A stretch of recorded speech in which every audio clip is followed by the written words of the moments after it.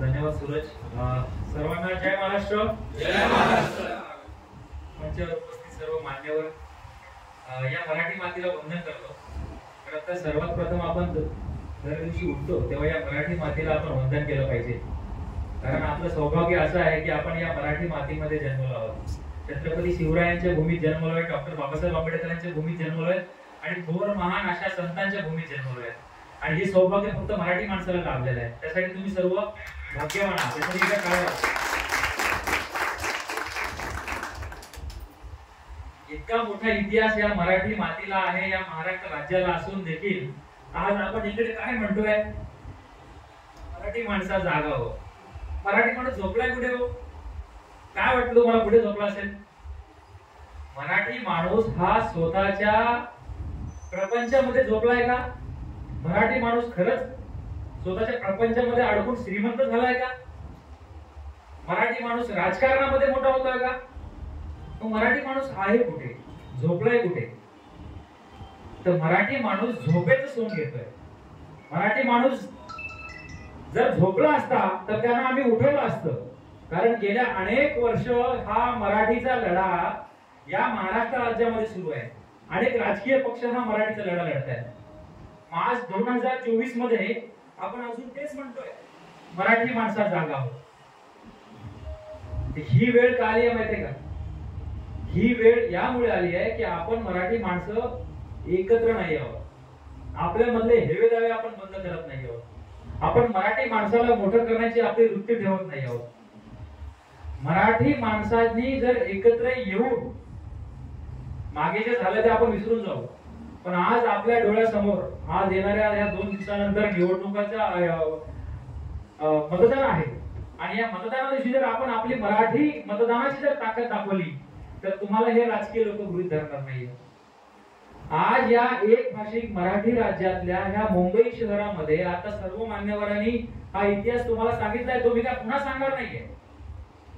परंतु आज या मुंबई मिळवण्यासाठी आपल्याला 107 हुतात्मे दिले आहेत. ती मुंबई तुमच्या डोळ्यासमोरून निघून जाते तरी तुम्ही काहीच करत नाही. आज सर्व सोशल मीडिया बहादर आपली ही तरुण पिढी झालेली आहे. त्यांना हे सर्व चांगलं वाटतंय सर. आज ही जी वेळ आपल्या मुंबईवर सगळं बघून त्यांना चांगलं वाटत असेल, परंतु भविष्यामध्ये हे कुठे नेऊन ठेवणार आहेत हे कोणी कल्पना करू शकणार नाही.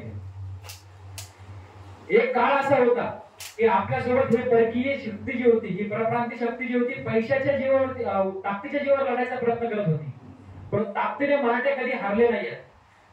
पानिपत पर्यंत आपण जाऊन लढलो, भले तिकडे काही निकाल लागू असो, पण आपण लढणारी वृत्ती या मराठी माणसाची आहे. म्हणून ते आपल्यावरती कधीही वर्चस्व प्राप्त करू शकले नाही. पण आज काय करते तुम्हाला माहितीये? आज ते आर्थिक दृष्ट्या तुम्हाला हरवायचा प्रयत्न करतायत. आर्थिक दृष्ट्या तुम्हाला हरवायचा प्रयत्न असा करतायत की तुमच्या जमिनी हिसकावतायत, तुमचे नदी नाले मैदाने गिळले आणि त्या माध्यमातून तुम्हाला या मुंबईतून बेदखल करण्याचा प्रयत्न या राजकारणी लोकांच्या दलालांनी केलेला आहे. आणि हेच दलाल आपल्या मराठी माणसाला, आपल्या मराठी म्हणणाऱ्या राजकीय नेत्यांचे जे अध्यक्ष म्हणणारे पक्ष आहेत त्या पक्षाला हाताशी धरून हे उमेदवारी प्राप्त करून आज आमदारकी आणि मंत्रीपद मिळून आज अखंड ही मुंबई गिळायचा प्रयत्न करत आहे. राजकारणी लोकांनी मुंबईची काय वाट लावली आहे, पूर्ण महाराष्ट्राची काय वाट लावली आहे हे सोडून द्या. पण तुम्ही मतदार म्हणून काय करू शकता हा प्रश्न तुम्हाला खरं तर रात्री झोप नाही आली पाहिजे. आज आम्ही या महाराष्ट्रभर मराठीसाठी काम करत असताना अनेक अनुभवतो, अनेक गोष्टी अनुभवतो. सर, अनेक ठिकाणी आपल्याला सांगितलं जातं की मराठी माणसाला घर नाकारणार नाही.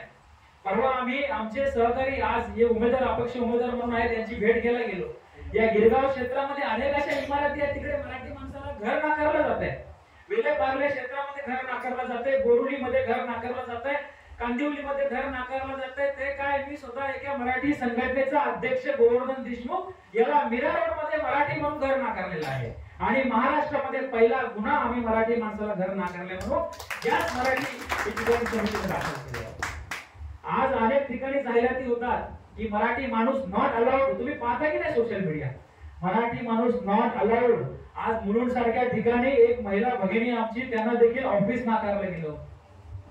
आज परप्रांतीय टीसी रेल्वे मध्ये तुम्हाला मराठी बोलू देत नाही, मराठी माणूस मराठी बोलला म्हणून त्याच्याकडून माफी लावून घेतो. आज आम्ही मेट्रो मध्ये तिकीट काढायला गेल्यावर आम्हाला परत तिकडचा म्हणतो की माझ्याशी मराठीत नाही बोलायचं, माझ्याशी हिंदी बोलायचं, आम्ही इंडियन आहोत.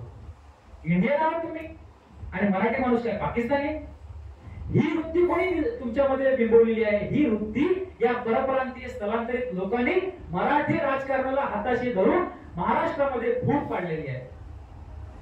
हिंदू हिंदू माझ्यासारख्या माणसाला जो स्वतः 24 तास डोक्याला टिळा लावतो त्या माणसाला म्हणतात की तू हिंदू विरोधी आहे. मी हिंदू विरोधी आहे, मी मराठीसाठी काम करतो म्हणून हिंदू विरोधी आहे. हे तुमचे जे डोक्यामध्ये बिंबवलेलं ना, हे हाणून पाडलं पाहिजे. आज उत्तर भारतीय ही संस्कृती कटेंगे तो बटेंगे हे महाराष्ट्रामध्ये रुजू पाहत आहे. उत्तर भारतामध्ये 22% मुसलमान आहेत, बरोबर? म्हणून तिकडे त्यांना ती गरज पडते. आज आपल्या महाराष्ट्रामध्ये फक्त 9% मुसलमान आहेत आणि या 9% मुसलमानांसाठी देशामध्ये हिंदुत्ववादी पंतप्रधान असणारे, देशामध्ये हिंदुत्ववादी गृहमंत्री असणारे, देशामध्ये देवेंद्र फडणवीस सारखे गृहमंत्री असताना आम्हाला तुम्ही भीती दाखवताय. तुमचं काय काम आहे? आणि तुम्ही ही भीती दाखवून या महाराष्ट्र या मराठी भाषिक राज्यामध्ये परप्रांतीयांना उमेदवारी देऊन आम्हाला घाबरवताय. हे राजकारण महाराष्ट्राचं कुठे चाललंय? हे राजकारण जर आज आपण थांबवलं नाही तर येणारी पुढची पिढी काय तुम्हाला विचारणाऱ्या प्रश्न तुम्ही स्वतःला विचारा. तुम्ही काय उत्तर देणार आहात त्यांना? हे महाराष्ट्राची मराठी माती, ही मूलभूमी, हे गिरगाव हे जर आपल्या हातातून निघून गेलं, उद्या तुम्हाला कोणाने विचारलं की मराठी माणूस त्यावेळेस काय करत होता, गोट्या खेळत होता का, तुम्ही काय उत्तर देणार आहे त्यांना? या निवडणुका फक्त हिंदू मुस्लिम करून तुमच्या हातातून महाराष्ट्र घालवला जातो. मराठी माणूस म्हणून तुम्ही जागरूक होणं गरजेचं आहे.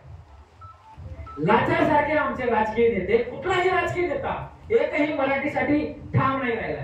ज्यांनी मराठीसाठी राज्य राजकारणी संघटना स्थापन केल्या, राजकीय पक्ष स्थापन केले, ते देखील परप्रांतीयांना उमेदवारी देत आहेत.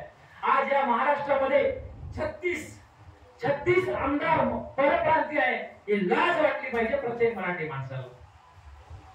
आज 36 आहेत, उद्या 40 होतील, 50 होतील, 80 होतील, ज्या दिवशी 100 होतील ना, हे जे स्वतःला हिंदू हिंदू म्हणून आज राजकारण करतात ना, घरामध्ये भांडी घासायला लागतील त्या लोकांना, मराठी राजकारणी लोकांना. त्या काळात जे म्हटले होते की मुंबई तुमची भांडी घासा आमची, हे काही संपलं नाही हो. हे संपलं नाहीये, हे अजूनही तोड काढतायत. तुम्ही बघा, मोठ्या मोठ्या कंपन्यांच्या जाहिराती बघा, मोठ्या मोठ्या कंपनीच्या जाहिराती असतात, त्याच्यात घरकामवाली बाई मुद्दामून मराठी परिवेश केलेला, जेव्हा वेश केलेला आहे ते दाखवतात. आपल्या तुच्छ लेखन या परप्रांतीयाकडून दिलं जातं आणि त्याला खतपाणी घालणारी आमची ही घाणेरडी व्यवस्था. आणि ही व्यवस्था कोण आहे? तर मराठी माणसं आहेत. जिल्ह्याचा जिल्हाधिकारी कोण? मराठी. तहसीलदार कोण? मराठी. महानगरपालिकेचा आयुक्त कोण? मराठी. नगरसेवक कोण? मराठी. आमदार कोण? मराठी. मग राज्य लुटतोय कोण?